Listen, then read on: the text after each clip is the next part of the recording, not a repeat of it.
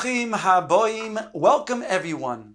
We're about to begin Be'ezras Hashem together on Daf Chov Zayin Amud Aleph, starting with Daf Chov Vav Amud Beis, about halfway down the Amud from the two dots. After the Gemara spends several daf explaining the Iser Hana, specifically when it comes to Chametz on Pesach, the Gemara now returns to the statement of the Mishnah, Lo Yasik Tanur V'Kirayim. You cannot fuel your oven with chametz after the Zman of Iser. The Gemara explained that even according to Rabbi Yehuda, who says you have to destroy your chametz by fire, by burning it, still you cannot get benefit through burning it. The Gemara now comes back to this statement, Lo Yasik Tanur V'Kirayim. Says the Gemara, Tanur Rabbanan, says in the Brisa, Tanur Shehisiku B'Klifei Orla or B'Kashin Shel Kilai HaKerem. If you have an oven that is being fueled either by orla, the fruits of orla are prohibited the first 3 years, which even includes the peels, and that is going to be used to then fuel your oven, or in the case of kilei hakerem, where there is no requirement of peros, it doesn't say fruits. That means even the straw of kilei hakerem, that also is aser bahana. If those things are going to be used to fuel your oven, then it states in the Brisa, Chadash Yutat. If it's a brand new oven, we're talking about an earthenware oven, a kli cheres, and thereby by setting a fire that will then strengthen the walls of the oven, which will make it a gemar kli, it will now then be a finished product, a finished oven, because it will strengthen the earthenware with that fire. So then you have to destroy the oven, you have to shatter it and break it, because since it's made of earthenware, you can't be matbil it and metarher it, and we're concerned maybe a person will come to use it, therefore you must smash it. Yoshon yutzan. However, if it's an old oven, then you can allow the oven to cool off, and then subsequently use it. Ofa boy esapas. The Brisa goes on to say, if you then, after the fact, you baked bread on either the new oven or the old oven with this type of iser hana that was fueling the oven, Rabbi oimer hapas asura, vechacham oimrim hapas muteres. Rabbi says the bread that you have baked with this oven is going to be aser because there's shvach eitz. When you then burn this iser hana of eitz, it went into the pas. Whereas according to the Chachamim, they say no. They say that it's true that there was baking involved, but that was already not from the shvach eitzim. That came as a result of the combustion with the ashes of the pas, of the eitzim, and therefore the pas is muteris. And they also will hold, therefore, that the oven that is a chadash, that is a new oven, that was used to then be fueled and then strengthen that oven to make it a gemar kli, that also does not have to be then smashed, according to the Chachamim, since it wasn't shvach eitzim that entered the oven. Therefore, they hold that it merely needs to be cooled down just like an old oven. The Brisa continues, Bishla al gabe gecholim, divrei hakol muteres. But if it was bishla, it was cooked using gecholim. Again, gecholim now are no longer the shvach eitim. Everybody would agree this is now the ashes. This is then coming to coals. This that is producing the heat from coals is going to no longer be aser bahanan. Then everybody, including the first opinion of Rabbi, would say that it is muteris. Ad kan the Brisa. Ask the Gemara, v'hamu Tanya ben chodesh ben yashon yutzan. We have another Brisa that says whether the oven is new or the oven is old, then all you merely need to do is let the oven cool down. You can then go ahead and use it again. Answers the Gemara, lo kasha, it's not a difficulty because ha Rabbi v'ha Rabbanan. The former Brisa is authored by Rabbi that says that when it's a tanur chodesh, you'd have to destroy it. Whereas the latter Brisa that we just quoted is according to Chachamim. Eimur de shamas leil Rabbi. Mishum diyeshvach eitzim bepas. Say that we hear the statement, we learn that which Rebbe holds, that the pas is prohibited is because those fuels that are Oster Behana, the Shvach Eitzim, enters into the pas. But, however, when it comes to making the tanor, something that you have to smash, who said that that's necessary? Zeh garim mishamasle, because now that the tanor, granted it had the Shvach Eitzim that strengthened the tanor, but when you will go ahead subsequently and put in new types of permissible fuel, and then you'll go ahead and bake new bread, it'll be a case of zeh garim. And until we see that Rebbe holds befeirush zeh garim is osir, then we'll assume that he goes la halacha, that zeh garim is mutter. So the Gemara's question, you had to know that Rebbe says indeed that you have to break this tanur chadash. The Gemara says, Lo kasha ha Rebbe Eliezer harabon. Indeed, Rebbe Eliezer is the opinion that says if it's a tanur chadash, you have to then break it. And it's the Rabbanon who say you do not, you have to just merely let it cool down. Ask the Gemara, hey, Rebbe Eliezer, which is the statement of Rebbe Eliezer that holds that zeh garim is osir? If you're going to say that's Rebbe Eliezer in the case of yeast of sa'or, now sa'or is unique that it causes other things to become leavened. So it says in the Mishnah, Disnan, sa'or shel chulin v'shel truma, shenafle teich isa, when you have some sa'or, a little bit of sa'or, and a little bit of chulin that fell into a dough of chulin, the small amount of truma and the small amount of chulin, they do not have enough, the sore of chulin, the sore of truma, to then individually machmitz this dough, but the combination of the two, that little bit of truma and a little bit of chulin, will yes indeed cause the dough to rise. Rebbe Eliezer, and therefore, by causing it to rise, then it will not become nullified. It will then have the mixture of truma inside, whereby a non-kohen will not be able to eat it. Rebbe Eliezer oimer acharoin anibo. Rebbe Eliezer says, I go after the last of the two. That means if the first little bit is chulin and the latter is truma, then it is considered to be truma and osir to the non-kohen. If the opposite is so, that the first part is truma and the second part is chulin, then it will be mutter to the non-kohen. The chachamim oimrim bein shenafel isa lechatchila means bitchila, ubein shenafel isa lefsoif, whether that which fell in is also meaning that truma was either in the beginning or whether it fell in at the end. Lo olam einoi oiser ad sheyeh boy kedei lahachmitz, is never going to then make it considered to be osir as truma until there's enough truma that would be able to machmitz on its own that isa on top of Chav Zayin Amud Aleph.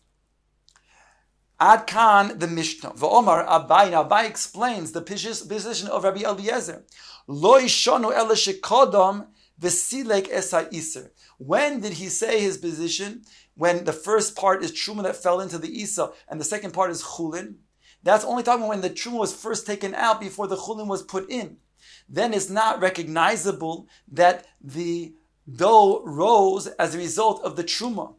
Aval loy kodam v'silek es ha'isur osur. But if he did not come and take out that part of truma first, and he kept it in, even though the chulin subsequently was what then went in last, still this admixture would cause the dough to become osir to the non-kohen.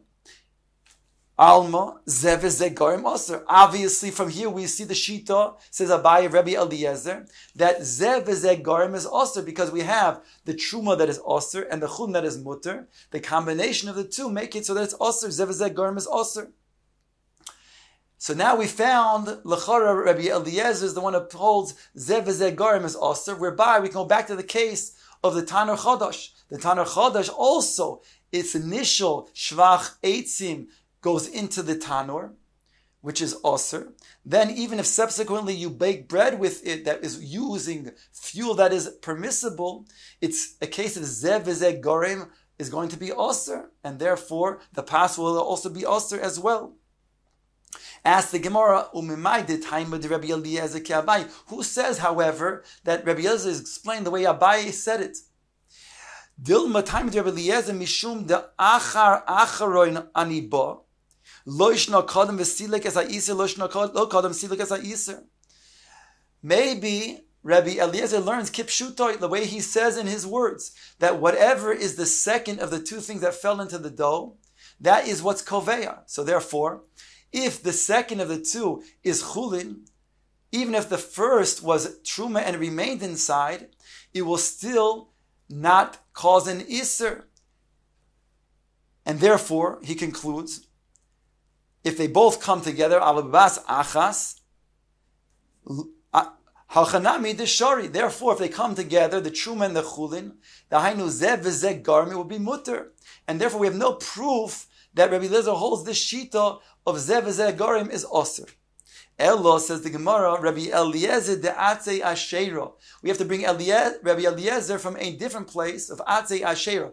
Atzei Ashera is the tree that's used for Avodah Zarah, which is also osir behana. Says the Mishnah, Disnan, Notal heimeno eitzim asurim behana. If they took this Atzei Ashera and they used it for the eitzim, it'll be osir bahana, because again it's used for avodah zarah. Therefore, says the Mishnah, hisig bohenes atanor. It was used to fuel a oven chadash yutatz. If it's a new oven, then the shvach eitzim then went into the oven, because it's a brand new earthenware oven, whereby it strengthened the walls, causing then the oven to be a complete oven.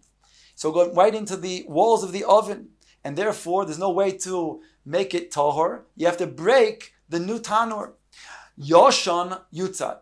However, if it's yoshan, then you just have to merely let it cool down, because since anyways the earthenware tanur is already established, so therefore just merely letting the tanur cool down would be permissible to then subsequently use it.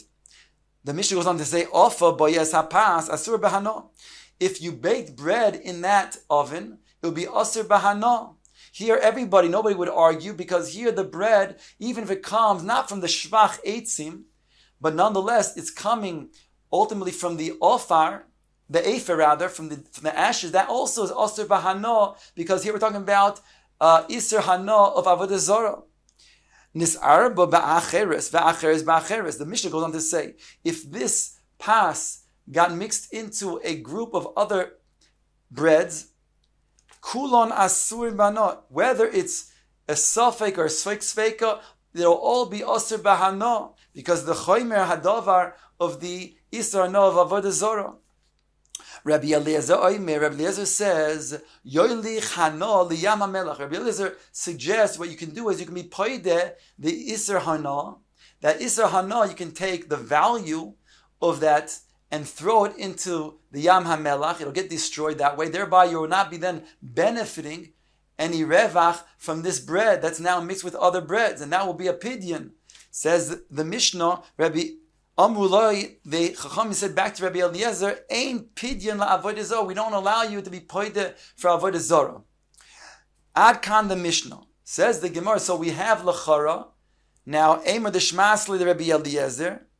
The Gemara until now quotes this Mishnah as bringing the sheet of Rabbi Eliezer. Since Rabbi Eliezer says that over here we see that the Isser Hana of the Avodah Zarah, even is going to be combined ultimately with this that went into the tanur. Even if you're going to then bake new bread with permissible type of fuel, nonetheless, it will be Asr Bahana. You cannot use this bread. Why? Because zev v'zeh garim is osir. Ask the Gemara. So now we found the sheet of Rabbi Eliezer to be zev v'zeh garim osir. Ask the Gemara. Eimer the shmasli the Rabbi Eliezer. When does Rabbi Eliezer say his shita? Ba'avodah zarah de chomer isur, because of avodah zarah, which is more chomer, more stringent.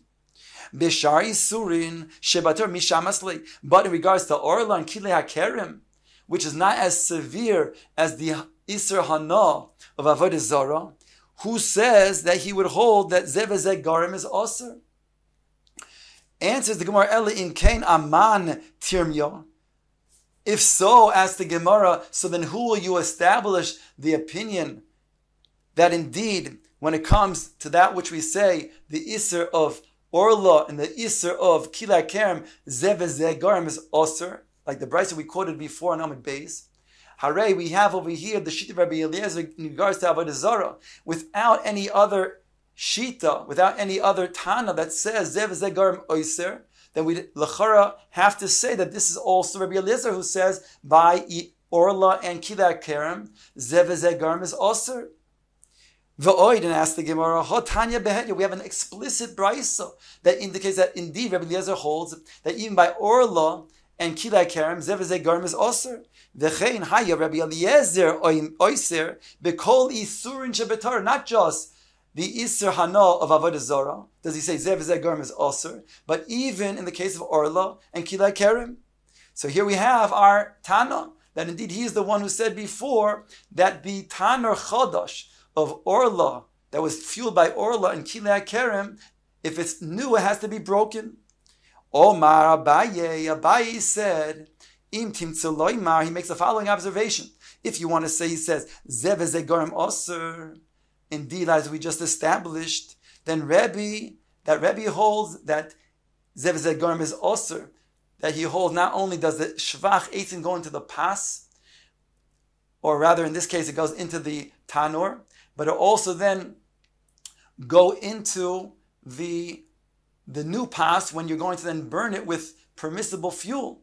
And that's the Shita of Rebbe, Haini Rebbe Eliezer, and that would also be the Shita of Rebbe Eliezer as we just explained.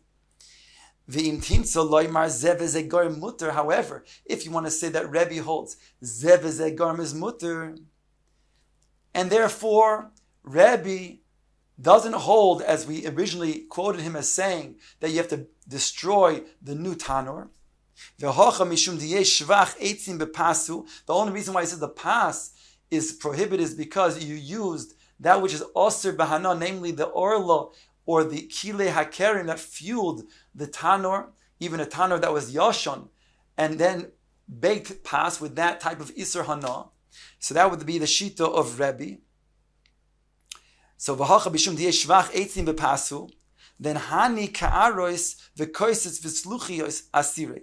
Then those ka'arois, those bowls and those cups and other earthenware vessels of jugs, those things will be osir because those are final products, and therefore the shvach eitzim went into those ceramics, making them themselves osir. We're talking about them when they were chodash. Ki pligi betaner v'kideir. They would only argue in regards to an oven and a pot, because Laman Damar Zev Garim osir, according to Rabbi Eliezer, because once you have the new pot or the new tanur, which again the shvach eitzim went into the walls, then subsequently when you take permissible fuel and you then now bake new bread on it, then that bread, according to Rabbi Eliezer, will be also because Zev Garim is osir. However, Laman da Amar Rabbi, Zev Garim mutter, it would be shari. That bread would be mutter. Ike da Amre, there are those that say a different version. Afil Laman da Amar Zev Garim mutter, even according to the opinion that says Zev Garim is mutter, the Hainu Rabbi, Kedeiro Asura. But the pot would be osir. Why? Because the pot would be like a finished product. You don't need the pot to then join also that which is mutter for the following. The hakibla bishula mekame denitan eitin dehetera.